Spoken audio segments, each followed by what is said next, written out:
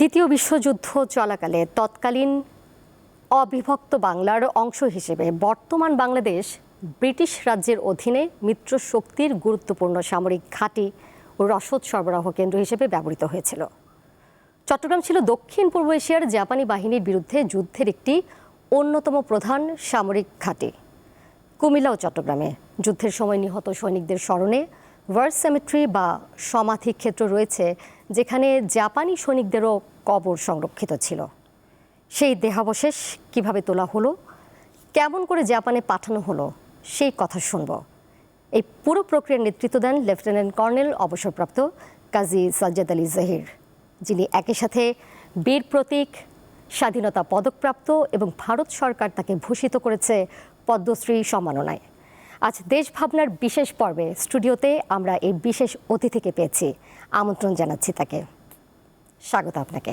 ধন্যবাদ। আপনাকে শুরুতে অনেক ধন্যবাদ জানাচ্ছি এবং অশেষ কৃতজ্ঞতা যে আপনি মূল্যবান সময় আমাদেরকে দিতে যাচ্ছেন, এই স্টুডিওতে আপনি উপস্থিত হয়েছেন। আপনার অভিজ্ঞতার গল্প আজ আমরা শুনব। প্রিয় দর্শক, আপনাদের মনে হয়তো প্রশ্ন জাগতে পারে দ্বিতীয় বিশ্বযুদ্ধে কিভাবে জড়িয়েছিল আমাদের এই অঞ্চল, আর ওই সময় জাপানিজদের কবর কিভাবে এই অঞ্চলে সংরক্ষিত হলো। চলুন জেনে আসি সেই ইতিহাস। 1939 সালের 1 সেপ্টেম্বরের সকাল মানব ইতিহাসের সবচেয়ে বড় ও ভয়াবহ সংঘাতের সূচনা হয় এদিন। সকালের নিস্তব্ধতা ভেঙে নাৎসি জার্মানির ট্যাঙ্ক আর বিমানগুলো পোল্যান্ডের ওপর ঝাঁপিয়ে পড়ে। তখনও বিশ্ব হয়তো বুঝতে পারেনি তারা কিসের মুখোমুখি হতে চলেছে। এই দিনটি ছিল দ্বিতীয় বিশ্বযুদ্ধের সূচনালগ্ন। এ যুদ্ধে মিত্রশক্তির দেশগুলো ছিল ব্রিটেন, ফ্রান্স, যুক্তরাষ্ট্র, সোভিয়েত ইউনিয়ন ও পোল্যান্ড।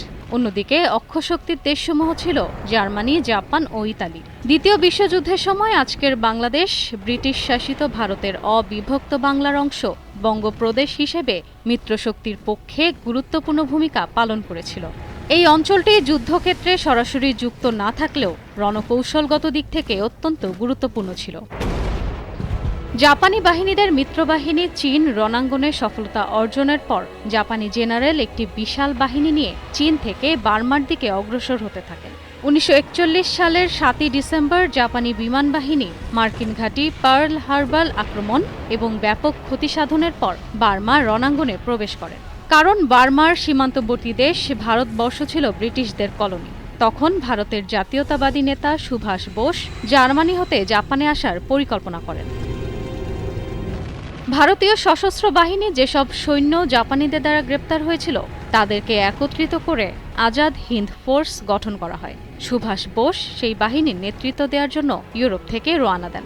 জাপানিদের পরিকল্পনা ছিল বার্মা দখল করতে পারলে নেতাজি সুভাষ বোসের সহযোগিতায় ভারতবর্ষ থেকে ব্রিটিশদের হটিয়ে ভারত দখল করে ফেলার।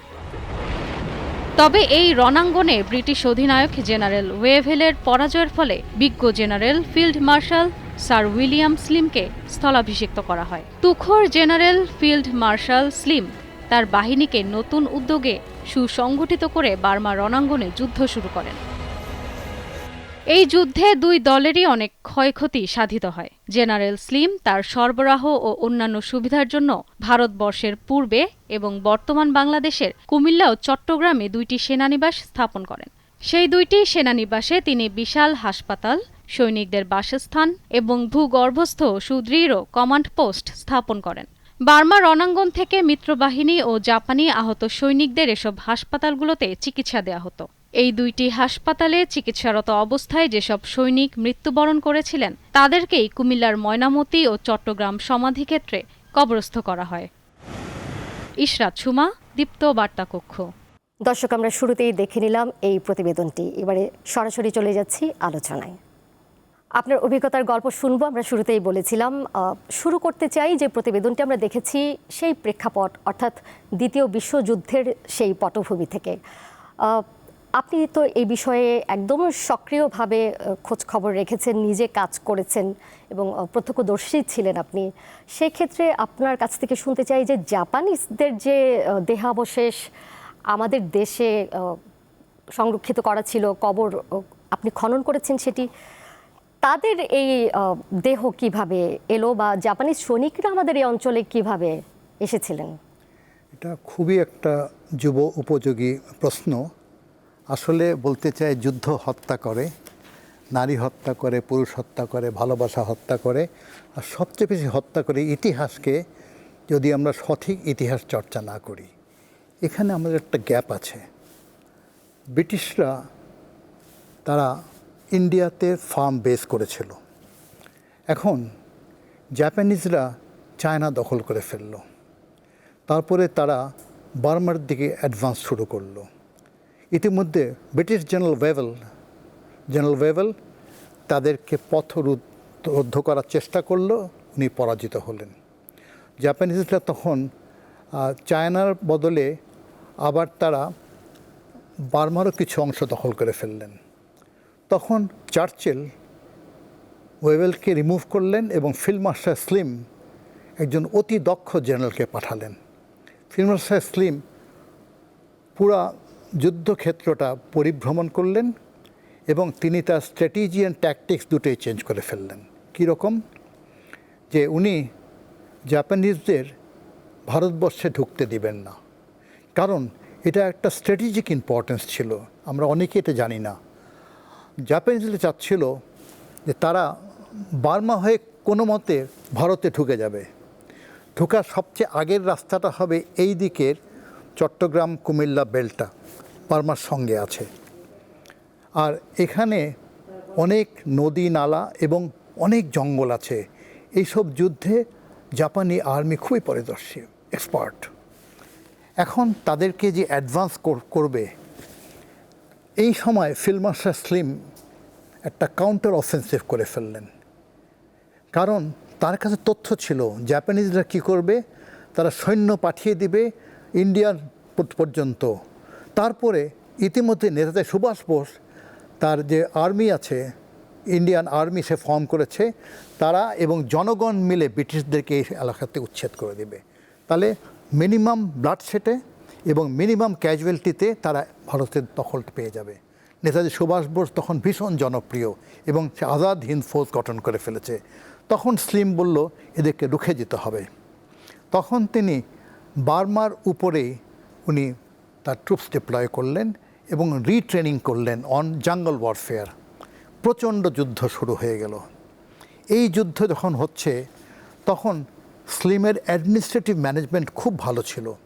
তখন তিনি চট্টগ্রাম এবং ময়নামতিতে এবং কিছু বগুড়ার কাছে, কিছু দিনাজপুরে ছোট ছোট ক্যাম্পও করলেন।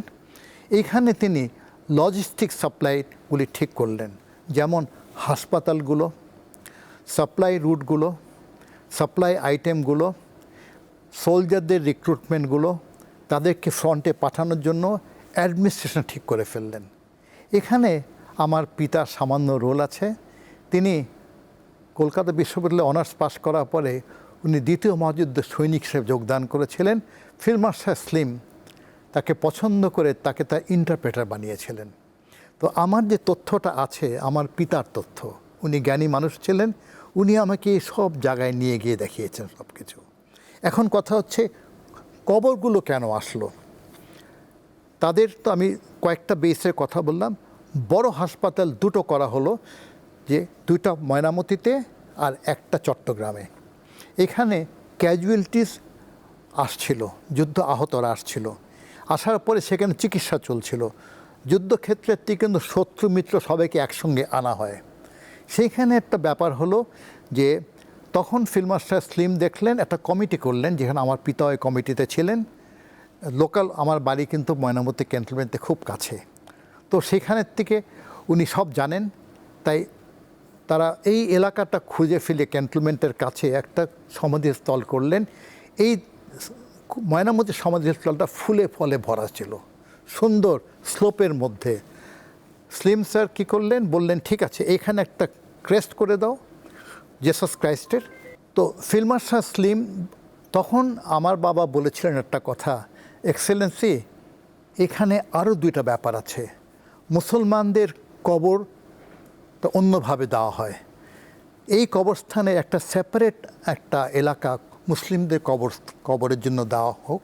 এটা সবাই রাজি হয়ে গেল এবং কবরের একটা পাশে। আর জাপানি সৈনিকদের কি হবে এ নিয়ে একটু আলোচনা হলো। কিছু লিডাররা বললেন, মিলিটারি লিডাররা, ওরা আমাদের শত্রুপক্ষ, আমাদের উপরে তারা হিংস্রতা করেছে, অত্যাচার করেছে, ওদের কি দরকার। কিন্তু স্লিম বললেন, বড় জ্ঞানী মানুষ, ডেড হ্যাজ নো এনিমিস। তারা তো সৈনিক ছিল। তাই জাপানিজদের জন্য আরেকটা কোণায় করা হলো। তো এইখানে ব্যাপারটা হচ্ছে, আমার বাবা যখন বৃদ্ধ হয়ে যান আমাকে এই কবরস্থানে নিয়ে গেছিলেন, বলেছিলেন, বাবা এখানে সেলিব্রেশন হয়, ব্রিটিশরা তারপরে অন্য দেশ অ্যালাইড ফোর্সের দেশরা আসে, এখানে ফ্রেঞ্চরা আসে, সব দেশের লোক আসে, মুসলিমদের আত্মীয় স্বজন আসে, জাপানিদের আত্মীয় স্বজন কেউ আসে না, ওরা শত্রুপক্ষ। তারপর বলেছিলেন, এগুলি সব বাচ্চা বাচ্চা ছেলে যারা মারা গেছে, তারা এখানে পড়ে আছে, মা জানলো না, বাবা জানলো না, তুই যখন বড় হবি যদি ওদের পারিস দেখিয়ে দিস। এটা আমার মনে ছিল। এই ব্যাপারে আমার কিছু জাপানি বন্ধুর সঙ্গে আমি আলাপ করেছিলাম। আরেকটা কাজ আমি করেছিলাম, মহান মুক্তিযুদ্ধে জাপানিরা আমাদের অনেক সাহায্য করেছে। অকৃত্রিম বন্ধু ছিলেন। অকৃত্রিম বন্ধু ছিলেন, কিন্তু এরা আমেরিকান অ্যালাই ছিল। আমেরিকানরা অপছন্দ করেছিল, তবু জাপানিজরা আমাদের প্রত্যেকটা রিফিউজি ক্যাম্পে ওষুধ দিয়ে খাদ্যদ্রব্য পাঠিয়েছেন, হাসপাতালগুলিতে নার্স ডক্টর পাঠিয়েছেন, অক্লান্ত পরিশ্রম করেছে তারা। এর জন্য আমরা কিন্তু পরবর্তী 14 জন জাপানি ন্যাশনালকে আমরা ফ্রেন্ডস অফ বাংলাদেশ ডিক্লেয়ার করেছিলাম। একটা সম্পর্কর বিষয় হয়েছিল অনেক সুন্দর। তো জাপানিজদের সঙ্গে আমি কথা আলাপ করলাম, তারা বলল যে এটা আমরা কি করতে পারি। আমি বললাম, তোমাদের রিলিজিয়াস নর্মটা প্র্যাকটিস হয় নাই, এখানে কবর আছে, তোমরা তো বার্ন করো, ওইটা তোমরা করতে হবে। আর আমি মনে করি যদি বাংলাদেশ সরকার জাপানকে ভালোবাসে, যদি তোমরা করো, এটা অ্যাপ্রোচটা করো, চিঠি দাও। আমি চিঠির ড্রাফটটাও লিখে দিয়েছিলাম আমি আর কি। তখন তারা বলল, ইতিমধ্যে আমাদের সরকার আমাকে ডাকলো, ডেকে বলল, তুমি তো কবরের উপরে কাজ করছো। আমি বললাম, জাপান আমাকে এই ব্যাপারে জিজ্ঞেস করেছে, আমি বলেছি আপনাদের সঙ্গে যোগাযোগ করুক। সেটা আমাদের মিনিস্ট্রিতে গেল, অ্যাপ্রুভাল হলো, সর্বোচ্চ পর্যায়ে গেল, অ্যাপ্রুভাল হলো। তারপরে আমাদের হোলি বেকারি ইনসিডেন্ট হয়ে গেল। সেখানে অনেক জাপানি মারা গেছিল, ওরা আসতে সাহস পায়নি। তারপর আবার তারা 2013 সনে আবার তারা আসলো, টিম আসলো, আমি তাদেরকে নিয়ে গেলাম, সব দেখিয়ে দিলাম, সন্তুষ্ট ছিল। তখন জাপানের মধ্যেও কিন্তু একটা ব্যাপার ছিল, এটা আমি একটু আনঅফিশিয়ালি বলতে চাই। জাপানের মধ্যে একটা উগ্র লোকরা অনেকে বলে, why should you honour them, they lost the war. তো আমি আবার একটা আর্গুমেন্ট দিলাম, একটা সৈনিক জীবন দিয়ে ফেলেছে কষ্ট করতে করতে, সে তো মৃত্যুমুখে পতিত হয়েছে, তার জীবনে দিয়ে দিয়েছে, সে বিজয় আর পরাজয় তার কোনো ব্যাপার না। তো যাই হোক, তারা পরবর্তীতে এই ব্যাপারটা আমার সঙ্গে আলাপ করেছিল। তো অনেকগুলো ফর্ম্যালিটি করতে হয়। এটা কমনওয়েলথ গ্রেভইয়ার্ড, এই গ্রেভইয়ার্ডের উপরে বাংলাদেশ সরকারের কোনো কর্তৃত্ব নাই। কমনওয়েলথের সঙ্গে আমি কথা বললাম, তারা আসলো ঢাকাতে, আমাকে ডাকলো। এখন তারা এইটা বলল আমাকে, এখন তো জাপান আমাদের আপন, আমেরিকান ব্রিটিশ সবচেয়ে বড় অ্যালাই। আমি বললাম, তাহলে তো তোমাদের সঙ্গে তাদের আরও সুদৃঢ় সম্পর্ক হবে। তখন তারা আমাকে বলল, তাহলে তুমি এই কাজটা শুরু করে দিতে পারো। আমি কাজটা পরিপূর্ণভাবে শুরু করার জন্য প্রস্তুত হলাম। জাপান সরকার অনুমতি নিল খুবই সুষ্ঠুভাবে। তারপরে তাদের পুরো টিমটা আসলো, সবচেয়ে সুন্দর লাগলো টিমটা দেখে। ওরা কিন্তু কবর খুঁড়তে পারে না, ওরা কবর জানে না, এটা আমাকে বলল। আমি বললাম, আমি আর আমার বাড়ি কুমিল্লাতে কাছেই, গ্রামের থেকে 12 থেকে 14 জন প্রফেশনাল গ্রেভ ডিগার নিয়ে আসবো, ওরা রিলিজিয়াস ওয়েতে কাজ করবে। বলে এটা ঠিক আছে। ওদের মধ্যে ফরেন্সিক এক্সপার্ট আসলো, অবজারভার আসলো কিছুজন, এবং এদের মধ্যে সবাই কিন্তু 50% মেল 50% ফিমেল। এর থেকে আমাদের অনেক শিক্ষণীয় আছে নিশ্চয়ই। এবং একই ড্রেস পরে আসতো তারা। ময়নামতিতে আমরা প্রায় 1 মাস কাজ করলাম, ডিগিং করলাম প্রায় 24 দিন। সেখান থেকে আমরা সবগুলো কবর আনাট করলাম। এটা আল্লাহ পাক সাহায্য করেছে, এবং কি কি পেয়েছি আপনারা আশ্চর্য হবেন। প্রায় সবই পাওয়া গেছে। মানুষের বডি লেআউট করলে দেখা যায়, মাথা পাওয়া গেছে, হাতগুলি পাওয়া গেছে, কিছু জায়গায় ফিঙ্গার পাওয়া যায়নি, বোন স্ট্রাকচারালি পাওয়া গেছে। এক একটা করে বডি লেআউট করা হলো।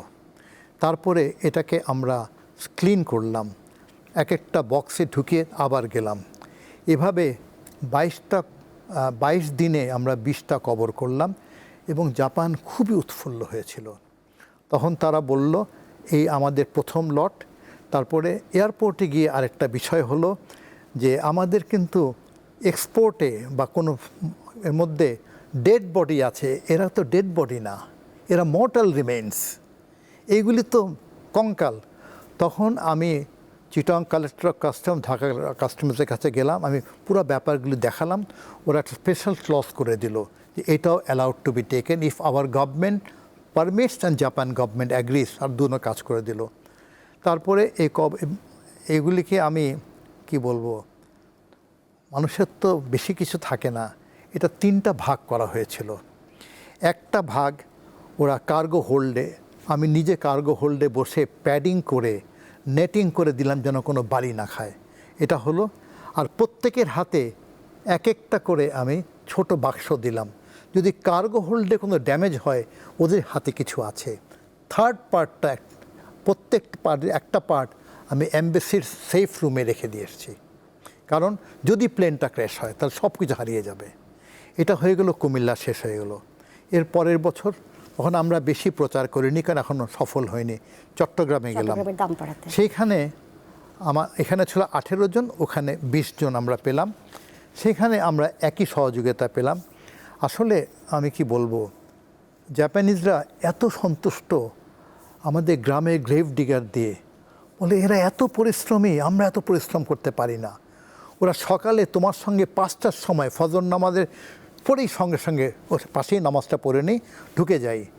আর আমি না বের হলে কেউ বের হয় না, ঘামছে, 7-8 ফিট নিচে, কি প্রচণ্ড গরম। আর বডির পার্টসগুলো তো পাশে আছে। ওরা ছোট ছেলে, 18 বছর, 20 বছর, 16 বছর, কিন্তু কি পরিশ্রমী, সাহস হয়ে গেছে। এবং একজনও জোরে কথা বলছে না, কেউ গান গাচ্ছে না, কেউ শীষ দিচ্ছে না, যেটা সবসময় করে ইয়াং ছেলেরা, কোনো দিক কথা বলছে না কেউ। কারণ আমি বলেছি এটা আমাদের জন্য একটা পবিত্র আমানত, কারণ এটা আল্লাহ পাক আমাদেরকে নির্দেশ দিয়েছে, আমরা এই কাজটা করি তাদের সন্তুষ্টির জন্য। এবং দুখানে কাজটা একেবারে সম্পূর্ণভাবে হয়েছে। আমরা ডিফেন্স থেকে, পুলিশ থেকে, অ্যাডমিনিস্ট্রেশন সব সহযোগিতা পেয়েছি। তারপরে আমার ঢাকা এয়ারপোর্টে আমি ছিলাম অনেকক্ষণ বসে, তো বাসায় আসলাম। টোকিও এয়ারপোর্ট থেকে খবর আসলো, টিম লিডার উনি একজন লেডি বলছেন, থ্যাংক ইউ মাই ফ্রেন্ড, আমরা সবাই ডেড বডিগুলো নিয়ে এসেছি, ফ্যামিলিতে এসেছে, and the job is done. এখন কি হবে? এখন জাপানের ডেমোক্রেটিক দেশ, ওরা তাদের ফ্যামিলিকে বলবে যে প্রত্যেকে ফরেনসিক টেস্ট করতে হবে। এই টেস্টটা করতে অনেক সময় নেবে, কারণ 84-85 ইয়ার্স ওল্ড, সময় দিবে ওরা। তারপরে এটার পরে কি করবে, ফ্যামিলিকে ওরা বলবে তোমরা যদি বারিয়াল করতে চাও নিয়ে যেতে পারো, কিন্তু জাপান আবার ওরা তো বার্ন করে, এটা ওরা করতে পারে। কিন্তু আমি একটা রিকোয়েস্ট করেছি, যেটাই হয় তাদের সেন্ট্রাল গ্রেভইয়ার্ড যেটা আছে ওখানে যেন এগুলি সবার নাম থাকে আর কি। এবং আমাদের কাছে সেইগুলি এখনও আছে, হয়তো এগুলি নিয়ে পরে কিছু একটা ওদের মনুমেন্ট করা হবে ওখানে।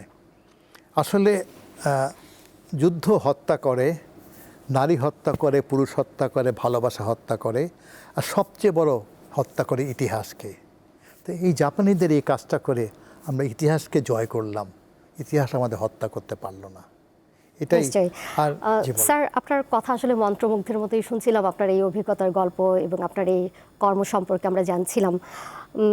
সেক্ষেত্রে আসলে একটু জানতে চাই যে যখন কবর খননের এই কাজটি আপনারা করছিলেন, তখন যারা এই কাজের সাথে যুক্ত ছিলেন, এত বছর পর এই দেহাবশেষগুলো মানে তুলতে সক্ষম হয়েছেন আপনারা, সেখানে কি কোনো আবেগ তাড়িত কোনো দৃশ্যর অবতারণা হয়েছিল কিনা, আমি আপনার অনুভূতিও জানতে চাই। ঠিকই বলছেন। আমি কিন্তু ওল্ডেস্ট গ্রেভ ডিগ করেছি 43 ইয়ার্স, এটা আমার জন্য অনেক বেশি। কিন্তু আমি যদি এটাকে মাল্টিপ্লাই করে ডাবল, কদ্দুর ডিটোরিয়েশন আমি বুঝতে পারছিলাম। আমি ভারতের মাটি থেকে মুক্তিযুদ্ধের পরেও আমি অনেক মৃতদেহ নিয়ে এসেছি, তাদের পরিবারের, শহীদদের পরিবারের কাছে দিয়ে দিয়েছি, এবং অনেকে কবরস্থানও করেছি। বীরশ্রেষ্ঠ হামিদুরের কবরটা আমি হাতিমারা ছড়া গ্রাম থেকে উঠিয়ে নিয়ে এসেছিলাম। এটা একটা ডোবার মধ্যে পড়েছিল, ওইটাকে বের করে আনতে আমার প্রায় 3 দিন লেগেছিল। সেটাও আমাদের মিরপুর কি নাম মুক্তিযোদ্ধা কবরস্থানে শায়িত আছেন।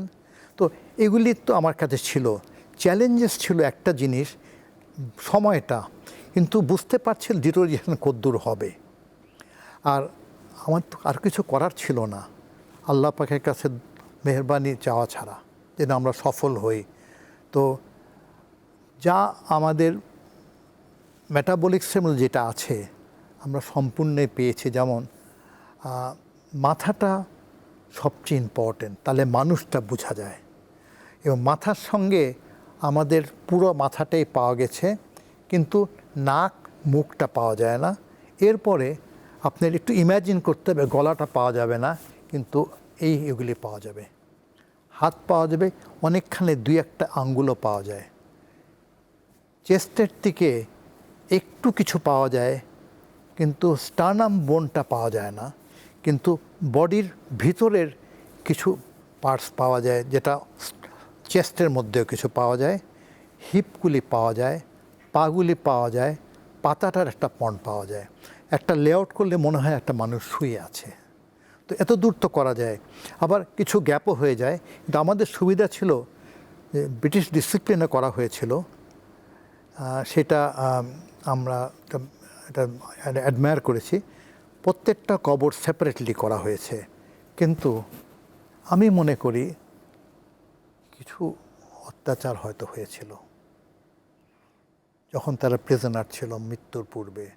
এটা আমি ব্রিটিশদেরকে বলি নাই, আমি জাপানিজ যখন বলেছি, স্পেশালি লেডি লিডার যারা ছিলেন এখানে কাজে, ওরা অনেক কেঁদেছেন। আমাকে বলেছেন, ব্রাদার তুমি কি দেখতে পারছো, আমাদের কষ্ট বুঝতে পারছো? আমি বললাম, আমিও তো আদম সন্তান, আমারও চোখে পানি আসছে, আমি বুঝেছি, অত্যাচারের নিদর্শন পেয়েছি।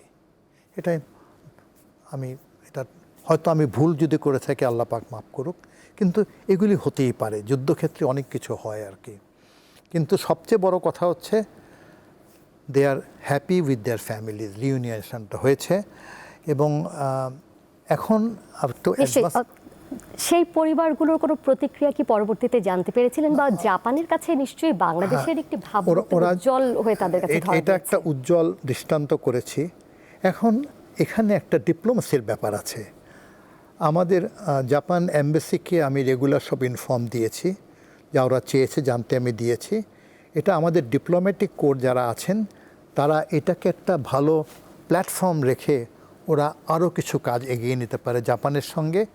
জাপান অনেক কিছু করতে পারে আমাদের, তারা অনেক মানবিক মানুষ, তারা অনেক সভ্য মানুষ, ভেরি পোলাইট পিপল। আমরা অনেক কিছু জাপান থেকে শিখতে পারি।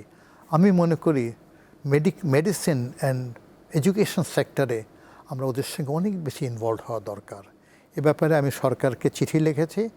তারা এই ব্যাপারে, আমি প্রিন্সিপাল সেক্রেটারির সঙ্গে দেখাও করেছিলাম, সেনাপ্রধানের সঙ্গে দেখা করেছিলাম, অনেকের সঙ্গে দেখা করেছি। আমি এই ব্যাপারগুলো আমি রিকোয়েস্ট করেছি, হয়তো সময় নেবে। আর ডিপ্লোম্যাটিক ব্যাপারটা কিন্তু আমাদের পক্ষে করা, এটা আমাদের ডিপ্লোম্যাটরা এই ব্যাপারটা ক্যারি ফরওয়ার্ড করতে পারবে বলে আমি মনে করি। নিশ্চয়ই। আমরা আরেকটা কথা আমি একটু বলতে চাই অ্যাডভান্স। আমি আজকে আপনারা বলছেন, আমি কয়েকদিন ধরে একটা কাজ করছি, আমার কাছে 2 জন জাপানি এয়ারফোর্সের লোকের একটা খবর আছে। অ্যাডভান্স কথা বলবো না, আমি জায়গাটা লোকেট করতে পারছি এখন। 1944-এর পাইলট 2 জন বাংলাদেশের উপরে বিমান বিধ্বস্ত হয়েছিল। আমি রিপোর্টগুলি জোগাড় করছি এবং হয়তো আরেক দিন কোনো দিন আমাকে ইনভাইট করলে আমি সেটা বলতে পারবো। তো এটা একটা হয়তো কন্টিনিউশন হতেও পারে। সব কিছুর পিছনে একটা ইতিহাস থাকে, ইতিহাসটাকে সামনে আনা প্রয়োজন আমাদের, এবং তার জন্য কিছু উদ্যোগও দরকার। একেবারেই একটি কথা না জানলেই নয়, এই কবর খননের কাজটি, এটি তো আসলে একটি ব্যতিক্রমধর্মী কাজ। এই কাজে আপনার আগ্রহটা ঠিক কবে থেকে শুরু হলো, কিভাবে শুরু হলো, এই পেছনের গল্প একটু জানতে চাই। প্রথমে আমার বাবা মানুষকে কবর দিতে পারতেন, আমার দাদাও পারতেন। আমার দাদা প্রশিক্ষক আলেম এবং মাদ্রাসার হেড শিক্ষক ছিলেন। তো আলেম যেহেতু, ওনাকে গ্রামের আশেপাশে মানুষ এই কবরের ব্যাপারে অ্যাডভাইস নিতে উনি এই ব্যাপারে সাহায্য করতেন। আমার বাবা আমাকে এটা শিখিয়েছেন। তো আমরা প্রায় কবরস্থানে যেতাম আর কি সবসময়। এখানে একটা ব্যাপার আছে, ৭১-এর মুক্তিযুদ্ধের সময় আমার শিবির আশেপাশে শরণার্থী ক্যাম্পে যখন একটু বেশি মানুষ মারা যেত, আমাকে ওর অনুরোধ করলে আমি গিয়ে কবরগুলি দিয়ে আসতাম। ওরা একটু কনফিডেন্স থাকতো, একজন অফিসার এসেছেন, আমি সঠিকভাবে কাজটা করব। আমার মুক্তিযোদ্ধারাও আমাকে অনেক সময় অপারেশন আগে বলতেন, স্যার যদি মরে যাই আপনি আমার কবর দিয়েন, ভালোবাসার থেকে বলতো। তো সেই জিনিসটা আমি সব সময় করেছি। আমি আত্মীয় স্বজন বন্ধুবান্ধবেরও কবর দিয়েছি।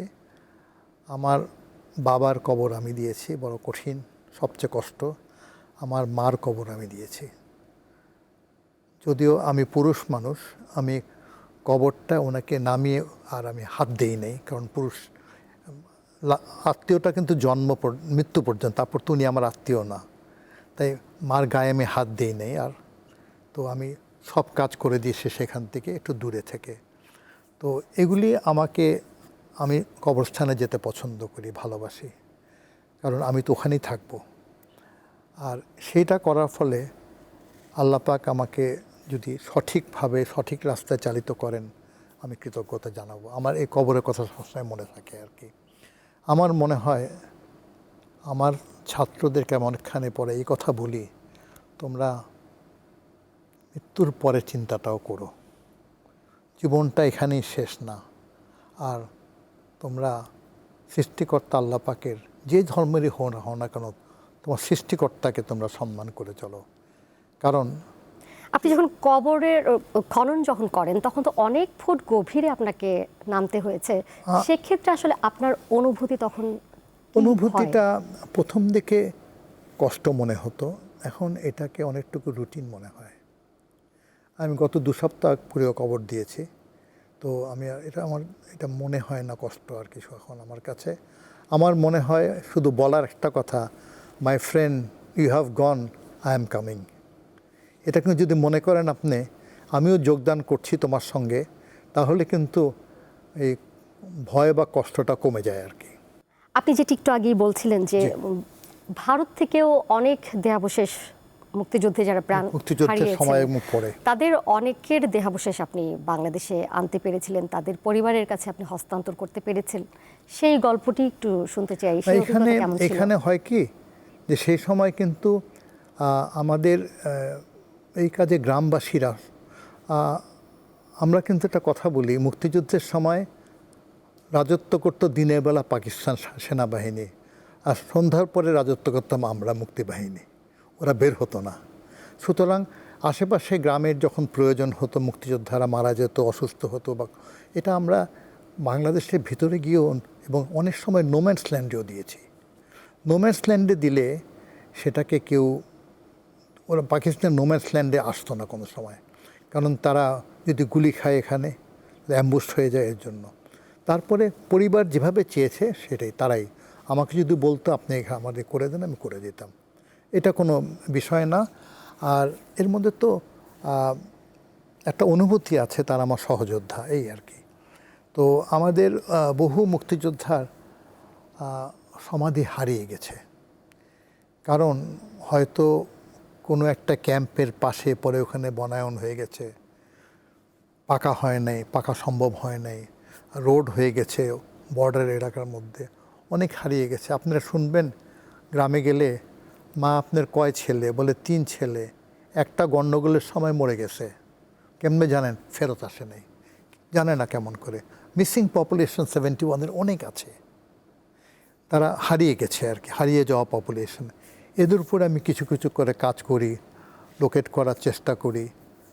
আপনার এই বিষয়ে একটি আর্টিকেলও আছে, সেটি হচ্ছে silence was the only answer. এখানে আপনি অনেক কিছুই এগুলো এনেছেন। হ্যাঁ, অনেকে আমাকে জিজ্ঞেস করে এই ব্যাপারে, আমাকে অনেক জিজ্ঞেস করে, তখন আমি সাইলেন্স রাখি আর কি।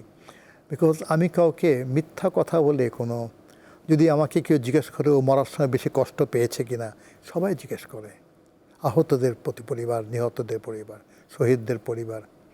আমি শুধু বলি আল্লাহর হুকুম, আমি দেখেছি কি কষ্ট পেয়েছে। আর মানুষের মৃত্যুটা যে কত কষ্টের হতে পারে এটা তো অনুধাবন করতে পারবেন। তো এদের পরিবারে অনেকেই আমার সঙ্গে যোগাযোগ রাখে, এখনও রাখে, তাদের সন্তানরাও রাখে, যতদূর পারি আর কি। কারণ সমাজ ব্যবস্থা অন্যরকম হয়ে গেছে। মুক্তিযুদ্ধ নিয়ে আমরা 71-72 চিন্তা করি, আজকে ঠিক সেই চিন্তা করি না তো অনেকেই। নিউ জেনারেশন অনেকেই মুক্তিযুদ্ধ প্রচণ্ড ভালোবাসে, আবার অনেকে একটু অন্যরকম মনেও করে, যেটা আগে আমরা দেখতাম না। এগুলি আমাদের মেনে নিতে হবে, কিন্তু সময় অনেক কিছু বদলিয়ে যায়, কিন্তু দেশ বদলায় না, নিশ্চয়ই। আত্মত্যাগ বদলায় না, এবং মানুষের ভালোবাসা দেশের প্রতি আশা করি বদলাবে না কোনোদিনও। ভারতের শিলংয়ের একটি কথা আমরা জানতে পেরেছি, সেটি হচ্ছে সেখানে 51 জন মুক্তিযোদ্ধার একটি গণকবর যারা বেওয়ারিশভাবে সেখানে দাফন হয়েছিলেন, সেটিও আপনি খোঁজ না, পেয়েছিলেন? ওখানে আমি খোঁজ পেয়েছিলাম। আমি একবার শিলংয়ে গেছিলাম, সেইখানে আমাকে একজন এক্স ডিফেন্সের মুসলিম লোক বলল মপ্রেম কবরস্থান। আমি সেটা কোথায়? বলে মপ্রেম অর্থ হচ্ছে পাহাড়ের কোলে অনেক উঁচু জমিতে একটা কবরস্থান আছে, সেইখানে অনেক মুক্তিযোদ্ধাদের সমাধি আছে, নষ্ট হয়ে যাচ্ছে। আমি সেখানে গেলাম। সেখানে যাওয়ার পরে আমি ব্যাপারটা জানার চেষ্টা করলাম। আমি ট্রেল ব্যাক করলাম কোথার থেকে এসেছে। আমি ব্যাক করলাম মিলিটারি হসপিটাল থেকে এসেছে। সেই হাসপাতালে আমি গেলাম। কমান্ডিং অফিসার উনি আমাকে নামে চিনেন। উনি বললেন আমাকে কি করতে পারি। আমি বললাম যে আপনাদের এখানে রেকর্ডগুলি দেখতে চাই। তো বলে রেকর্ড তো 71-এর। বলে 71-এর কোনো রেকর্ড আমাদের রাখতে দিত না, কারণ এটা বিদেশে ওরা এইড দিচ্ছে, মুক্তিযুদ্ধে এটা প্রমাণ রাখতো না। বললাম যে তাহলে পুরনো লোক দেন। ওরা একজন হাবিলদারকে পেল যে মর্চারির ডিউটি করত, ইনচার্জ ছিল, আর 2 জন নার্সকে, বুড়ো হয়ে গেছে, তাদের সঙ্গে কথা বললাম। তারা বলল শিলংয়ের আশেপাশে অনেক যুদ্ধ হয়েছে, বেশি যারা আহত ওদেরকে এই হাসপাতালে আনা হতো, এই ব্যারাকটার মধ্যে রাখা হতো। এদের বহু মারা গেছে, অনেকে মারা গেছে। তারপরে অনেকের মুক্তিযোদ্ধা ভাইরা ওদেরকে নিয়ে গেছে, অনেকের পরিবার পরে এসে নিয়ে গেছে। হয়তো অনেকের তো রিফিউজিদের মধ্যে পরিবার ছিল, এবং বাকিদেরকে আমরা 2 ভাইয়ের কাছে দিয়ে দিয়েছি। ওরা সোশ্যাল ওয়ার্ক করতো, আহমদ হোসেন অ্যান্ড আফজাল হোসেন, যাদের একজনের সঙ্গে আজকে সকালে 11টার সময় কথা বললাম। ওনার 2 জন সমাজকর্মী, ওনারা মুসলিম, ধনী পরিবার, গরিবের দান খয়রাত করে অনেক, মসজিদ, ওখানে মসজিদ বানায়, কবরস্থানের কাজ করে। আমি তাদের সঙ্গে যোগাযোগ করলাম। তারা বলল আমরা এই ব্যাপারে সহযোগিতা করতে চাই। তখন আমি রেকর্ড যখন পেলাম না, সংখ্যা ওরা অ্যাপ্রক্সিমেটলি বলেছে 60-70 এরকম কিছু একটা। আবার অনেকে তো ডেড বডি নিয়েও গেছে। আমি দেখলাম 51টা কবর ওখানে আছে। কেমন করে? ইমাম সাহেব আমাকে বলেছেন, খুব বৃদ্ধ ইমাম সাহেব, বলে আমি সবাইকে কবর দিয়েছি, আমার ছেলে আমাকে হেল্প করেছে, গ্রামবাসীরা হেল্প করেছে, মুক্তিযোদ্ধা হেল্প করেছে। আমি বড় কঠিন লাগলো কথাটা। তখন আমি নিজে নামলাম, কয়েকজন লোককে নিয়ে পুরা ওই পোর্শনটা আমি সাফ করলাম। সাফ করার পরে আমি সেইখানে কবরস্থানের গেটের পাশে ওয়ালের মধ্যে লিখে দিলাম ইংলিশে আর বাংলাতে, এইখানে শায়িত 51 জন শহীদ মুক্তিযোদ্ধা, চলুন আমরা তাদের জন্য একটু দোয়া পাঠ করি। তারা 71-এর যুদ্ধে শাহাদাত বরণ করেছে। এটা করা হলো। এরপরে অনেকেই গেছে সেখানে। এখন সেই কবরস্থানটা আছে। আহমদ হোসেন, আফজাল হোসেন সাহেব এটা দেখাশোনা করে। আজকে আমি খবর পেলাম আফজাল হোসেন সাহেব মারা গেছে, আহমদ হোসেন একজন ভাই বেঁচে আছে, উনি খুবই দুর্বল হয়ে গেছেন। এখন কিভাবে এটা করতে আমি যে চিন্তা করছি। এখন আমার পক্ষে সেখানে যাওয়ার সবসময় সম্ভব না। তো এইগুলি আমরা যদি কোনো জায়গায় দেখি, এইগুলি শুধু আমরা একটু অ্যাটেনশান দেই। এখন এই ফ্যামিলিটাকে আমি পেয়েছিলাম, আর ওখানে খুব একটা মুসলিম পরিবার নাই যে রেসপন্সিবল, তখন probably I will have to depend upon the ইমাম অফ দ্য মস্ক। এর উপরে ইমাম of the mosque and the graveyard একটা আছে। এই বিষয়গুলো নিয়ে আসলে আরও অনেক কাজ করার আছে। আপনি তো গবেষণাও করেন এবং আপনি একজন লেখক। যদি ভুল করে না থাকি 70টির কাছাকাছি আপনার লেখা বই প্রকাশিত হয়েছে। আমার 73টা বই বের হয়ে গেছে। 73টি বই। হ্যাঁ, সেক্ষেত্রে নতুন যারা কাজ করতে আসছেন তাদের তাদের মাঝে এই ধরনের চেতনাগুলো এবং এই বিষয়গুলো নিয়ে কাজ করা, গণহত্যা, কবর সংরক্ষণ, কবর খনন, এই বিষয়গুলো নিয়ে কাজ করার এগুলি জন্য কি ধরনের এটা খুবই উদ্যোগ নেওয়া? দরকার। আসল কথাটা হচ্ছে যে আমাদের মুক্তিযোদ্ধাদের কয়েকটা পজিটিভ দিক বলি আপনাকে। ঢাকার মিরপুরে কিন্তু মুক্তিযোদ্ধাদের সেপারেট কবরস্থান আছে, সুতরাং কবরের জন্য লাইন করা বা পেমেন্ট এসবগুলি এখন অসুবিধা কম আর কি। এই জায়গাটা আছে এখনও মুক্তিযোদ্ধার বলে গ্রেভইয়ার্ডে গেলে ওরা জায়গা দেয়, সম্মানটা করে। কিন্তু প্রত্যেকটা ডিস্ট্রিক্টে করার জন্য আমি এটা অনুরোধ করেছিলাম, কিন্তু সবখানে সফল হয় না। তো সরকার থেকে বলে আমরা তো ওদের, কারণ মুক্তিযোদ্ধাদের গার্ড অফ অনার দেওয়া হয় এখন, সেটা আমরা স্ট্যাবলিশ করেছি। এখন গার্ড অফ অনার দেওয়ার পর রাষ্ট্রীয় মর্যাদা ওদেরকে যখন দেওয়া হয়, কবরটা নষ্ট হয় না। এই ব্যাপারটা বেশ ভালো আর কি। আরেকটা ব্যাপার, কিছু মনে করেন না, বহু বছর অনেক সরকার চলে এসছে, তার মধ্যে মুক্তিযুদ্ধর ডেফিনেশন একটু মনে হয় চেঞ্জ হয়ে গেছে এবং তালিকাও কিছু চেঞ্জ হয়ে গেছে। কিছু লোকে আমাকে বলে উনি মুক্তিযোদ্ধা, কিন্তু আমার যদ্দূর জ্ঞান বুদ্ধি গরিমা বা যদ্দূর বুদ্ধি আছে, আমার মনে হয় না তিনি মুক্তিযোদ্ধা ছিলেন। এটা সার্টিফিকেট আছে, এটা কিন্তু ওপেন সিক্রেট কিন্তু। তো এইটার মধ্যে কিছু পলিটিক্যালাইজেশন ডেফিনেটলি হয়েছে। তো সবগুলো মিলেমিশে আমরা আছি। আসলে কথা হচ্ছে যে মুক্তিযোদ্ধাদের সম্মান করব, তাদের কবর দেখব, কিন্তু সবচেয়ে বড় জিনিস হচ্ছে আমাদের লেখনীর মধ্যে এটা ভালো আসছে না। আমি আমার প্রত্যেকটা ক্লাসে বলছি, আপনারা ক্লাস থেকে বের হয়ে একটা আর্টিকেল লেখেন, গ্রামে যখন যান একজন মুক্তিযোদ্ধা ইন্টারভিউ করেন, পেপারে ছাপান, নিজেদের কাছে রাখেন। তো অনেক দিকে হচ্ছে, অনেক হচ্ছে না।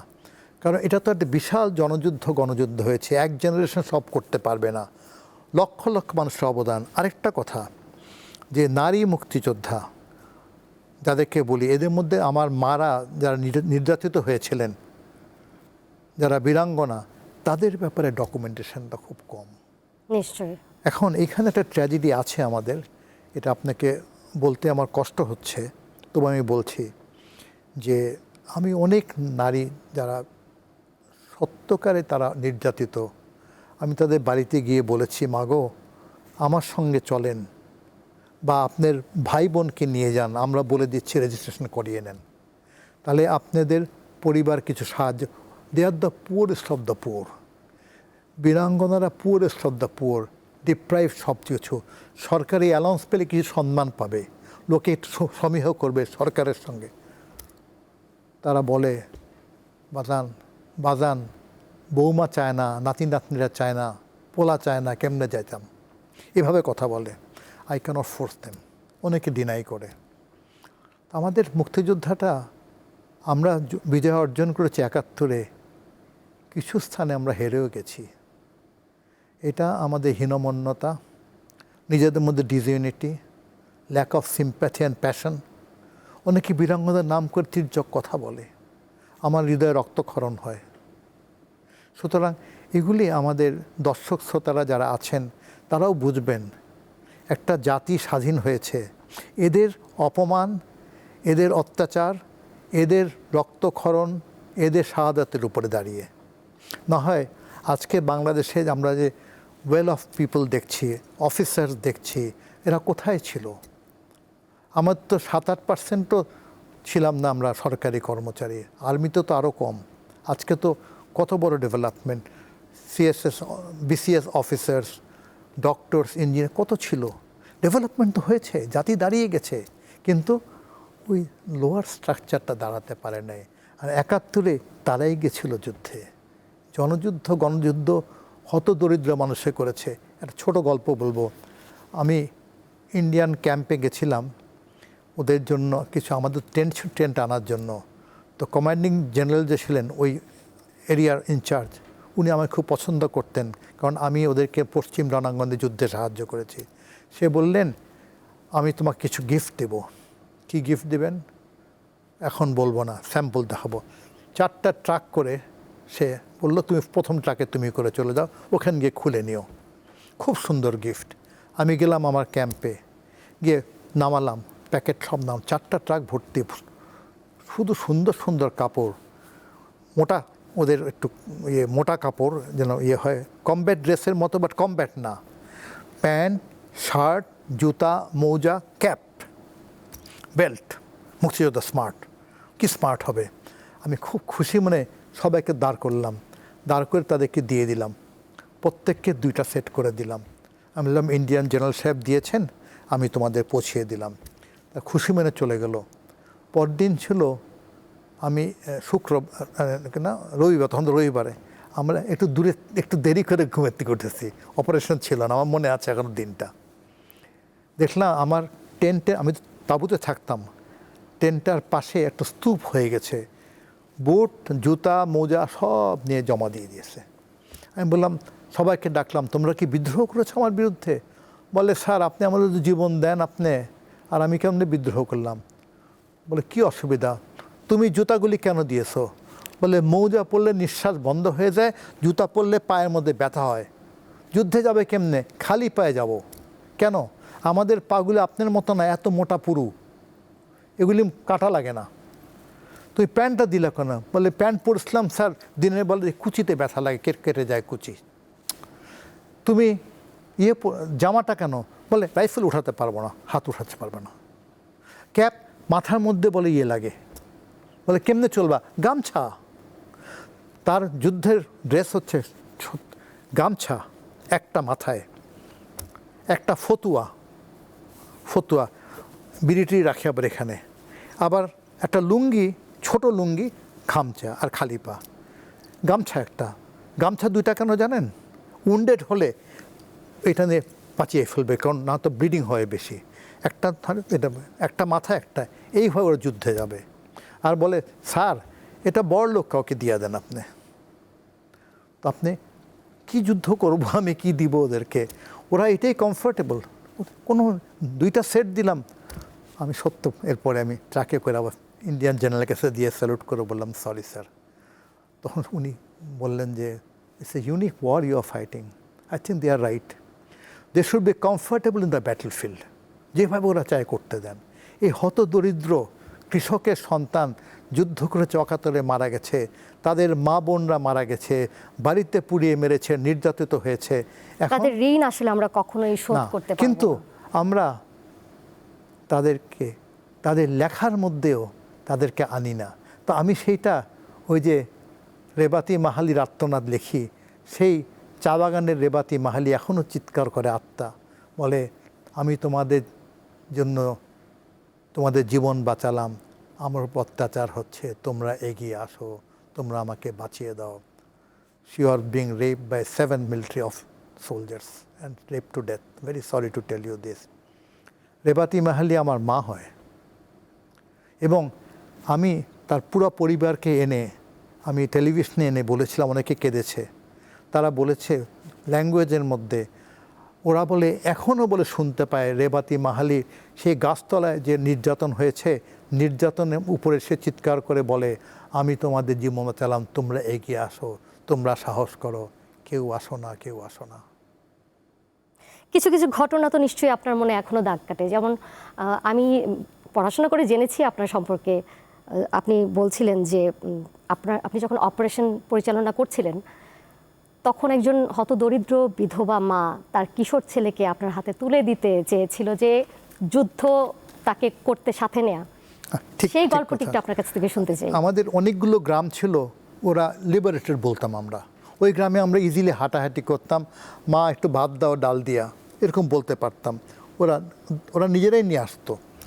তো একদিন গ্রামের পাশে আমি যাচ্ছি হেঁটে হেঁটে, আমাদের অপারেশনে যাব, একজন বিধবা মহিলা, একটা ছোট 10-11 বছর বয়স হবে, ছেলেটাকে নিয়ে আসলো। তো দিয়ে বলল, বাজান বাজান বাজান বলে ওরা, দাঁড়াও, গেলাম, তোমাকে এটা কিন্তু দিতে আসলাম। মনে করলাম মা কিন্তু খাওয়ার দিতে আসবে, আর কি দেবে। আমি দেন, নিয়ে যাই। বলে, না, দেওয়ার তো মধ্যে ওই পোলাটা দিতে আসলাম, ডাঙ্গর হয়ে গেছে, বড় হয়ে গেছে, যুদ্ধে যাবে, পাঞ্জাবি মারবে, দেশ স্বাধীন করবে, আর সহ্য হয় না। আমি বললাম, মা ও তো খুব ছোট ছেলে।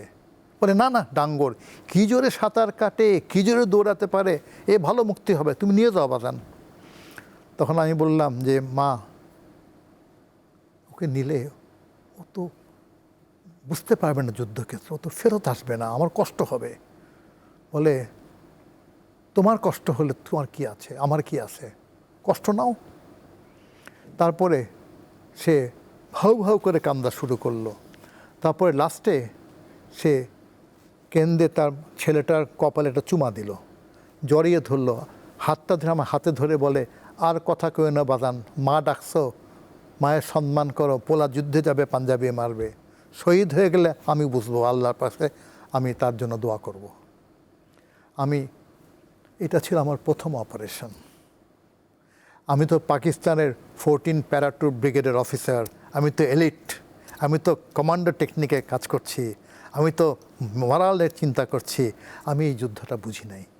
এই মহিলা আমাকে বুঝিয়ে দিয়েছে এটাই জনযুদ্ধ। আমি তো সর্বশেষ সম্বলটুকু আপনার হাতে তুলে দিতে চেয়েছে। শি ক্যান স্যাক্রিফাইস এভরিথিং জনযুদ্ধের জন্য, আর আমি তো ট্যাকটিক্সের চিন্তা করছি, কীভাবে রেইড অ্যাম্বুশ অ্যাটাক করব। তখন I tried to be understanding, this is the war I have to fight. তো এদের কথা তো, এগুলো তো কোনো গল্প না, এটি তো ইতিহাস। ইতিহাস। এখন সমাজ বদলিয়ে গেছে, আমাদের নতুন প্রজন্ম এগুলি জানতে হবে। যদি না জানে তাহলে ভবিষ্যতে তোমার জন্য কেউ জীবন দিতে এগিয়ে আসবে না। এই জাতির, এই মা মাতৃভূমির জন্য কে এগিয়ে আসবে? এই প্রকৃত ইতিহাস তরুণ প্রজন্মের মাঝে ছড়িয়ে দিতে যে লড়াই, সেটি তো আসলে চলছে। এই আক্ষেপ যেগুলোর কথা আপনি বললেন, সেটি ঘোচাতে আসলে কি করণীয় হতে পারে? আসলে কথা হচ্ছে যে বিফলতা অনেক হয়ে গেছে, আমরা অনেক ভুল করে ফেলেছি। আমরা মুক্তিযোদ্ধাদের ব্যাপারে আমি বেনিফিটের কথা একেবারেই বলছি না, কিন্তু আমি বলছি যে যাচাই বাছাইটা হয়তো সঠিক হয় নাই, এর জন্য অনেকে বিক্ষুব্ধ আছে, জেনুইন। এটা খুব দুঃখজনক। আবার কেউ যদি সার্টিফিকেট পেয়ে থাকে যদি যুদ্ধ না করে, এটা কিন্তু জাতির কলঙ্ক। এখন তার জেনারেশন চলে গেছে এটার মধ্যে, এই একটা জিনিস ভুল হয়েছে আমাদের। 2 নম্বর, মুক্তিযোদ্ধাদের জাতির একটা কর্তব্য ছিল, এই মুক্তিযোদ্ধাদেরকে তাদের যুদ্ধের পরে, ওরা তো জোশে যুদ্ধে গেছে, তারা গাইডেন্স ছিল না কোনো। তাদেরকে হয় পড়াও, না হয় তাদেরকে চাকরি দাও, না হয় তাদেরকে খেতে খামারে কাজ করাও, সিস্টেমেটিক কোনো একটা করা হলো না। এই ফাইনেস্ট পপুলেশন, মোস্ট ডিভোটেড পপুলেশনটা উচ্ছৃঙ্খ হয়ে গেল। এদের মধ্যে অনেকে অন্য কাজে লিপ্ত হয়ে গেছে। এবং আরেকটা দুঃখের কথা বলি, এদের মধ্যে অনেকে দেশ ছাড়া হয়ে চলে গেছে, কিন্তু আমাকে বলেছে যাওয়ার আগে, দেশে কিছু হবে না, আমি চলে যাচ্ছি। তো এতগুলি ঘটনা হয়ে গেছে, but then never too late. আপনার সঙ্গে কথা বলে মনে হয় যে আমার এই জীবনের বেশি কন্ট্রিবিউট করা কিছু নাই, চেষ্টা আছে, কিন্তু আপনাদের তো সময় আছে। Time is the best healer and time is the best friend. আপনাদের প্রজন্ম, যারা আমাদের নেক্সট প্রজন্ম, তারা যদি একটু এগিয়ে আসে, একটু সচেতন হয়। আমি শুধু বলি না যে কোনো বেনিফিট দেওয়ার কথা, চেতনাটা রাখো। This spirit is required for our future. If you are attacked anyway by any country, or by weather, or by cyclone, or by danger, or by disease, we have to stand together. 71 আমাদের একত্রিত হওয়া শিখিয়েছিল। এই একত্র হওয়াটাই দরকার। Unity of good people with a good soul, এটাই দরকার। Sir, আপনার এই অভিজ্ঞতাগুলো থেকে একটা প্রশ্ন আপনাকে খুব করতে ইচ্ছে করছে। আপনার অনুভূতির কথা জানতে চাই। সেই 1971 সালে আবার ফিরে যেতে চাই। অনেক যুদ্ধ রণক্ষেত্রে যারা মারা গিয়েছেন, মৃত্যুবরণ করেছেন, শাহাদাত বরণ করেছেন, তারা আর বাবা মার কাছে ফিরে যেতে পারেননি। কিন্তু আপনি যুদ্ধ করেছেন, সম্মুখ সারিতে থেকে যুদ্ধ করেছেন, নেতৃত্ব দিয়েছেন, আপনি আপনার বাবা মার কাছে বিজয়ের পর ফিরে যেতে পেরেছেন। এটি তো নিশ্চয়ই আপনি নিজেকে সৌভাগ্যবান মনে করেন। এবং একই সাথে আপনার অনুভূতি কেমন ছিল ঠিক ওই মুহূর্তে, এবং আপনার বাবা মায়ের অনুভূতি কেমন ছিল? এই ব্যাপারটা একটু বলে নেই। আমার বাবা মনে হয় 54 বছর বয়সে মুক্তিযুদ্ধে গেছিলেন। উনি ব্রিটিশ আর্মিতে ছিলেন। আমার মা আর 2 বোন, এক বোন ক্লাস 10-এ পড়ে, এক বোন ক্লাস 11-এ পড়ে, ইন্টারমিডিয়েট ফার্স্ট ইয়ারে। তো 2জনকে অনেক ছোট গ্রামে রেখে গেছিলেন এক দুঃসম্পর্ক আত্মীয়র বাড়িতে, বলেছিলেন ঘর থেকে কেউ বের হবে না। তারপর আমার ভাইকে নিয়ে হাঁটতে হাঁটতে সীমান্ত অতিক্রম করেছিলেন। দ্বিতীয় মহাযুদ্ধের সৈনিক ছিলেন তিনি যুদ্ধক্ষেত্রে ছিলেন, আমার ভাইও যুদ্ধক্ষেত্রে ছিলেন। আমি এরপরে আমার বাবার সঙ্গে মার সঙ্গে আমার কোনো যোগাযোগ হয়নি। আমি পাকিস্তান থেকে আসলাম, আমি সিলেট থেকে ঢাকায় আসলাম। আমি শুনলাম আমার বাবা ময়মনসিংহে আছেন। আমি একটা বাসে করে ময়মনসিংহ গেলাম।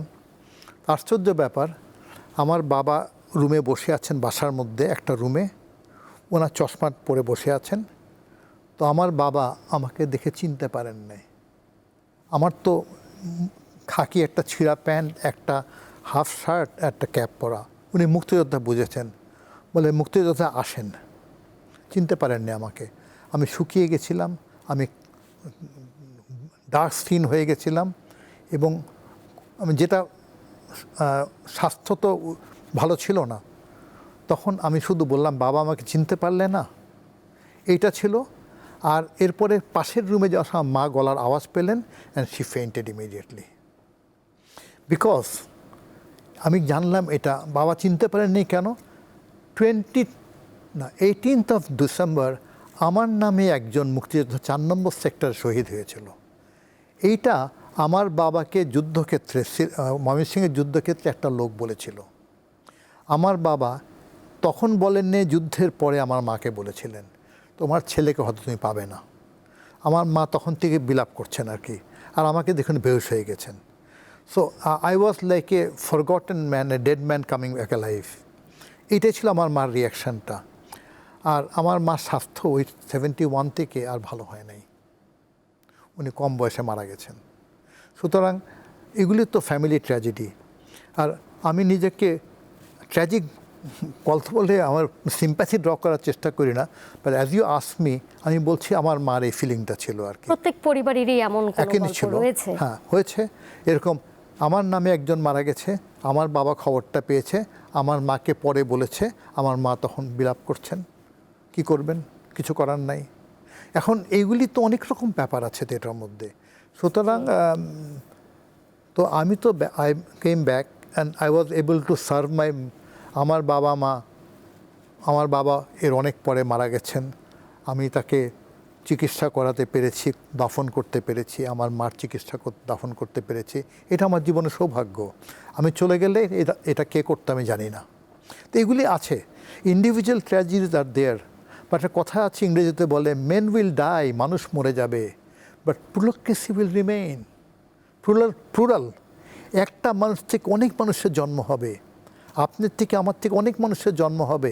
সেই জন্ম যখন হবে, তারা কিভাবে দেশটাকে গ্রহণ করবে, এটা আমাদের দেখতে হবে। সেক্ষেত্রে আসলে ইতিহাস বিকৃতি থেকে বাঁচতে হলে আসলে কি করতে হবে আমাদেরকে? ইতিহাস এই প্রশ্নটি বারবারই করতে হচ্ছে আমাকে। না, করতে হচ্ছে, নিশ্চয়ই করবেন আপনি। এটা তো একটা বার না। 1 নম্বর হলো শুদ্ধ চিন্তা, faith, don't lie. If you are not a freedom fighter, don't disgrace yourself. You will never be happy with a freedom fighter certificate with a lie. এই নিয়ে মুক্তিযোদ্ধার বিভাজন হয়ে গেছে, পলিটিক্যালাইজেশন হয়েছে, পার্টি ওয়াইজ হয়ে গেছে অনেক কিছু। এটার ফলে দেশের ক্ষতি হয়েছে। মুক্তিযোদ্ধার সংখ্যা এত ছিল না। 2 নম্বর, যে যারা মুক্তিযোদ্ধারা কাজ করেছে, এর জন্য আমি মনে করি তাদের এক্সট্রা কিছু দেওয়ার দরকার নাই। They have done their duty. এটা বললে অনেকে খেপে যায় আমার উপরে। It was my duty to serve my country, I have done that. তো আমাকে যদি এক্সট্রা কিছু করতে যান, তাহলে তো মানুষ আমার বিরুদ্ধে চলে যাবে। এটা হয়েছে আমাদের। এটার জন্য কি আমাকে ল্যান্ড দেওয়াকে বাড়ি দেওয়ার দরকার আছে কোনো? আরে আমি তো, আমাকে অনেকে বলে, তুমি তো পাকিস্তানে থাকলে, তুমি তো দেখতে ওদের মতো ছিলা, উর্দুতে খুব সুন্দর কথা বলতা। আমাদের অনেক বন্ধুরা পাকিস্তানে জেনারেল হয়েছে না, বাঙালির অনেক হাই অফিসিয়াল হয়েছে তো পাকিস্তানে, তুমি থাকতা ওইখানে। অথবা তুমি পাকিস্তান থেকে ফেরত আসতা, তুমি জেনারেল হইতা। তো জেনারেল হওয়ার কোনো দরকার নাই, তো মুক্তিযোদ্ধা হওয়া দরকার। তো এই জন্য I decided this to be my faith. আমি যদি মুক্তিযোদ্ধা না হতাম, আমার তো আজকের এই অবস্থান থাকে না। কিন্তু এটা কোনো ব্যাপার না। ব্যাপার হচ্ছে জীবন জিজ্ঞাসার কথা। মৃত্যুর আগে কয়েকটা প্রশ্ন আমি নিজেকে করব। Did you lead a good life? I should be able to say yes, honest life. And then, did you serve your country to the best? I should be able to say yes. And number 3, did you serve your people well? I should be able to say yes. এই 3টা yes যদি করে মরে যায়, আমি successful human being. আর তো কিছু দরকার নেই তো। আজকে আপনার সঙ্গে আমার কথা হচ্ছে, এই কথা তো কালকে তো এই কথাটা অনেকে শুনছে, অনেকে ভুলে যাবে, আপনি কথাগুলো ভুলে যাবে, কিন্তু একটা কথা যদি কারো মনে থাকে, এটাই তো ক্যারি ফরওয়ার্ড হবে। আপনার কাজ আপনাকে অনেকটা প্রশান্তি দেয় মনে? আমি সবসময় কাজ করতে পছন্দ করি, আমি 7 দিন কাজ করতে পছন্দ করি। আমি বই লিখি, আমাকে যখনই ক্লাস নিতে বলে আমি ক্লাস নেই। আমার কাছে অনেকে আসে বই লেখার ব্যাপারে। কালকে একজন ভদ্রলোক আসলেন আমার কাছে, উনি একটা বই লিখছেন, বইটা আমাকে দিয়েছেন রিভিউ করতে। তো রিভিউ করতে তো অনেক সময় লাগে, তো আমি সময় নিয়েছি। বলে আপনি সময় মতো করেন, একটা আর্টিকেল লিখে নিয়ে আসে, ওইটা ভালো লাগে আমার করতে। আমি অ্যাডভাইস করি, তারপরে বলি আমার অ্যাডভাইসটা আপনার জন্য, আপনি এটা কনসিডার করবেন, যদি ভালো না লাগে এটা গ্রহণ করেন না, এরকম কথা। এই কাজটা আমার অনেক করতে হয়।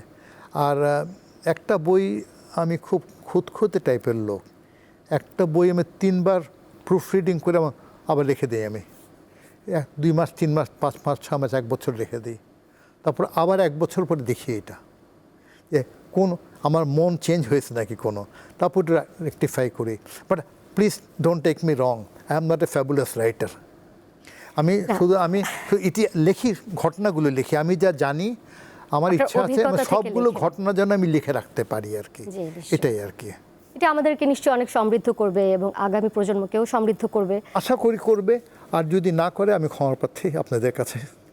স্যার, আমরা প্রথমে যে প্রসঙ্গ দিয়ে শুরু করেছিলাম, ওয়ার সেমেট্রির কথা আমরা বলছিলাম, সেখানে জাপানিজদের কথা আমরা জানছিলাম। জাপানিজ নাগরিকদের বাইরে অন্য কোনো দেশের নাগরিকদের সেখানে সমাহিত করা হয়েছিল, তাদের দেহাবশেষ পরিবার ফিরিয়ে নিতে চেয়েছে, যোগাযোগ করেছিল, এমন কোনো ঘটনা কি রয়েছে? না, এই গ্রেভিয়ার্ডটা তো এটা তো অ্যালাইড ফোর্সেসের গ্রেভিয়ার্ড, তাই না, ব্রিটিশ গ্রেভিয়ার্ড। তো এইখানের মধ্যে জাপানিজদের যাওয়াটা একটু অন্যরকম, তো শত্রুপক্ষ, সেই অনার হচ্ছে না, ওদের আসতে অসুবিধা, হেজিটেশন আছে আর কি। তো এর মধ্যে আমি শুনেছি যে অনেকে এরকম নিতে চায়, আমাকে অনেকে বলেছে। আমি বলেছি যে আপনারা যদি নিতে চান, ধরেন একজন আমাকে বলেছে মুসলিম গ্রেভের কথা, যে এখানে তো খ্রিশ্চান গ্রেভিয়ার্ডের সামনে আমরা যদি মুসলিম গ্রেভিয়ার্ডে নিজেদের দেশে নিয়ে যাই, নিতে পারেন আপনারা, আমি সহযোগিতা করব, কিন্তু এটা ব্যুরোক্রেসি একটা আছে, ব্যুরোক্রেসিটা কন্ট্রোল ফ্রম লন্ডন, ওদের পারমিশন দিতে হবে, এই দেশ ওই দেশের সঙ্গে করবে, তারপর আমাদের দেশকে জানাবে, আমাদের দেশ সিকিউরিটি বন্দোবস্ত করবে বা কী করতে হবে। তারপর যদি আমাদের দেশের কর্মকর্তারা আর বিদেশিরা যারা আছেন, ফ্যামিলি যদি চায়, আমি এটা এক্সিউম করে দিয়ে দেবো আর কি। এটা আমাদের আছে, এটা কোনো ব্যাপার না। এই পর্যন্ত জাপানিজদের পরে আমাকে কিছু রিকোয়েস্ট আমার এসেছিল, এখন ওই দেশগুলোর নাম, 2টা দেশের থেকে রিকোয়েস্ট এসেছে, আমি আমার কনফারেন্স দিয়ে দিয়েছি। ওরা ওদের দেশে গেছে, তারপর ওই দেশটি এখনও ওদের পার্লামেন্ট থেকে এটা অ্যাপ্রুভ হয়ে আসে নাই। তো এরকম 2টা দেশের ব্যাপার আছে। এবং ওইটা আর ব্রিটিশরা এটা চায় না মনে হয়, তাহলে তো গ্রেভিয়ার্ডটা খালি হয়ে যাবে, তো এটা একটা ব্যাপার আছে। কিন্তু ওরা যদি চায়, they have got no right to hold it back আর কি। তো এটা হতে পারে আর কি। স্যার, আপনার বর্তমান যে কাজ নিয়ে আপনি ব্যস্ত থাকছেন, আপনার ভাবনাকে, আপনার চিন্তাকে নতুনদের মাঝে ছড়িয়ে দেওয়ার জন্য কি ধরনের উদ্যোগ আপনি নিচ্ছেন, যেটি সবার মাঝে ছড়িয়ে যেতে পারে এবং তারা এটি নিয়ে আরও অগ্রসর হতে পারে, কাজ করতে পারে? ধন্যবাদ। তো এর মধ্যে তো একটা হলো যে আমার লেকচারগুলো আমি সঠিকভাবে সময়টা ব্যবহার করে আমি দেই এবং আমি প্রিপেয়ার্ড হয়ে যাই আর কি। অনেকে বলে এতদিন পরেও প্রিপেয়ার্ড হয়ে যাও, আমি সে নতুন কিছু বের করা, ইন্টারেস্টিং করতে হবে এবং ফ্যাকচুয়াল হতে হবে। এবং এরপরে আমি যে নতুন প্রশ্ন ক্লাসে পাই, এগুলি আমি লিখে রাখি আবার কন্টিনিউশন করতে এটার মধ্যে। এবং আমার স্টুডেন্টরা আমার সঙ্গে সবসময় যোগাযোগ রাখতে পারেন। আমি আমার নাম্বার দিয়ে দিই এবং তারা আমার সঙ্গে যোগাযোগ করে অনেক কারণে। অনেকে ক্যারিয়ার অ্যাডভাইসে করে, কেন করে আমি জানি না, মনে করে। অনেক কোথায় অ্যাডমিশন হবে, অনেকে বই লিখতে চায়, অনেকে সাবজেক্টের ব্যাপারে বলে, এরকম অনেকে ভাতার ব্যাপারে বলে, অনেকে তার চাচার সার্টিফিকেটের ব্যাপারে জিজ্ঞেস করে, এরকম অনেকে আছে। অনেক টেলিফোন কল পাই। তো আমি প্রত্যেকটা কলে রিপ্লাই দেওয়ার চেষ্টা করি। আমার সময় আছে, একটা সময় আছে দিনে, ওই সময়টা আমি রিপ্লাই দিই, অথবা না পেলে আমি মেসেজটা করে রাখি, at least that person knows that I am calling them. এটা আমি চেষ্টা করি আর কি। আর যেহেতু মিডিয়াতে কিছু আছে, টেলিভিশন পেপার টেপারে আসে, অনেক মানুষের সঙ্গে পরিচয় আছে আর কি। তো খুব ভালো লাগে। কোনো বাসে উঠলে বলে, স্যার একটু বসেন, আপনি কে? আমি জগন্নাথ ইউনিভার্সিটিতে পড়তাম। ভালো লাগে আর কি, যে একটু বসা। ট্রেনে উঠলে একটু হেল্প করে দেয় আর কি। তো এগুলি this are bonus for me actually. ডাক্তারের কাছে গেলে অনেক সময় বলে যে আপনি আগে যান স্যার। তো নিজে যেতে চাই না আমি, এরকম আর কি আছে। আর অনেকে ডাক্তাররা একটু কাইন্ড হয় আর কি, বলে যে আপনার আঘাত আছে অনেক বেশি। এগুলি তো this are fringe sideline benefit আর কি। আসলে I have only one life to lead. তো আমি যেভাবে চাই সেভাবে লিড করব। আর I would like to be with my people and with my friends. And if anybody is angry with me, I am very hurt about that. But খুব একটা বেশি অ্যাঙ্গার নাই মনে হয় আর কি। আদর্শত ব্যাপারে অনেকে হয়তো আমাকে অপছন্দ করতে পারে, it is up to them, but I never like to be rude to people আর কি। জি স্যার, আপনার কাছে একটি শেষ প্রশ্ন রেখে আমাদের এই আলোচনা আজকের মতো শেষ করতে চাই। বর্তমান যে বৈশ্বিক প্রেক্ষাপট, বিভিন্ন জায়গাতে যুদ্ধ চলছে, হানাহানি চলছে, কত মানুষ মারা যাচ্ছে, নিরীহ মানুষ, অনেক গণকবর হচ্ছে, পাওয়া যাচ্ছে। এই বর্তমান বিশ্বের এই প্রেক্ষাপটে আপনার কি বার্তা থাকবে? I mean, in war nobody wins. ওরা বলে উইন করে না কেউ, লুজ করে the dead and their families. কোনো রিপ্লেসমেন্ট নাই। যার সন্তান মারা গেছে, ওই মায়ের ওর বাবার কোনো কিছু নাই আর। So and we are pushing the poorest of the poor. আজকে যদি একটা যুদ্ধ হয়, রাইফেলম্যান সিপাহি তো মারা যাবে তো বেশি, কারণ তাদের সংখ্যা বেশি, তাই না? একটা ডেমনস্ট্রেশন যে ছাত্ররা করে, তাই ছাত্র মারা যাবে কিছু, লিডারদের কিছু হচ্ছে না। তো এইগুলি তো ব্যাপারটা। দেয়ারফোর অনেক, আমি মনে করি যে dialogue, compassion, love and affection is more important. আর তাহলে আপনি কি করেছেন? হ্যাঁ, I try to preach it, but I am not prophetic anyway. আমার তো ক্ষমতা নাই। আমার বাচনভঙ্গি অনেকে পছন্দ করে, অনেকে করে না, অনেকে শুনতে চান, শুনে না, আবার আজকে শুনে 1 বছর পরে শুনে না। এগুলো হয় আর কি। সোসাইটি র্যাডিক্যালি মুভ করছে অনেক দিকের। তার মধ্যে মেটেরিয়ালিজম ভীষণ ইম্পর্ট্যান্ট, পাওয়ারফুল হয়ে গেছে। ওটার সঙ্গে হয়তো আমরা কোপ করতে পারছি না। আদর্শর ব্যাপার অনেকে বলে, স্যার, আমি তো বলি ফ্র্যাঙ্কলি বলো আমাকে, যখন আনফশিয়ালি কথাবার্তা বলি, স্যার আদর্শ করে কিছু হবে না, আমাদের কিছু হবে না, আপনারও কিছু হয়নি। বলে আপনারও কিছু হয়নি। আমি বলি, হ্যাঁ, maybe you are right, but then কতটুকু জমি দরকার তোমার, তাই না? 7 ফুট আর 2.5 ফুট, তাই তো। তো এটাই তো তুমি যদি চিন্তা করো, তাহলে কী হয়েছে? And what you are leaving back for your children, your grandchildren, তারা কি তোমার কষ্ট বুঝবে? তুমি কত কষ্ট করে উপার্জন করেছ? They will not share your pain. আসল কথা হচ্ছে যে সবচেয়ে ইম্পর্টেন্ট কথা হচ্ছে আমার দেশ, আমার জাতি, সেটা যদি সুখী না হয়, তাহলে আপনিও কোনো সুখী হবেন না। আমরা ভুল করছি, মনে করছি আমার বাড়ির মধ্যে, আমার ঘরের মধ্যে সুখ হলে হবে না। মাই হিউজ ওয়ার্ল্ড আউটসাইড, ওরা তো অসুখী, তার জন্যই তো ফ্রাস্ট্রেশন, তার জন্যই তো হানাহানি হচ্ছে। Therefore, I am not a prophetic person to give lectures. I am not a politician. But then I have my students whom I try to talk to them. And they are very kind to keep in touch with me. And I talk to them the time they want me to be with them, I am with them. But then এগুলি আবার অনেক ব্যাপার আছে। অনেকে 71-কে খুবই হৃদয়ে ধারণ করে, অনেকে দূরে সরিয়ে রাখে। তো এখন এই কনফ্লিক্টটা আমি যেতে চাই না। It's up to them individually, আমি কাউকে ফোর্স করতে চাই না, আমি মোটিভেট করতেও চাই না, এই জন্য যে if they want to be motivated they will come, but আমি যদি বলপূর্বক কিছু করি, জোর করে, তাহলে তো লাভ হবে না।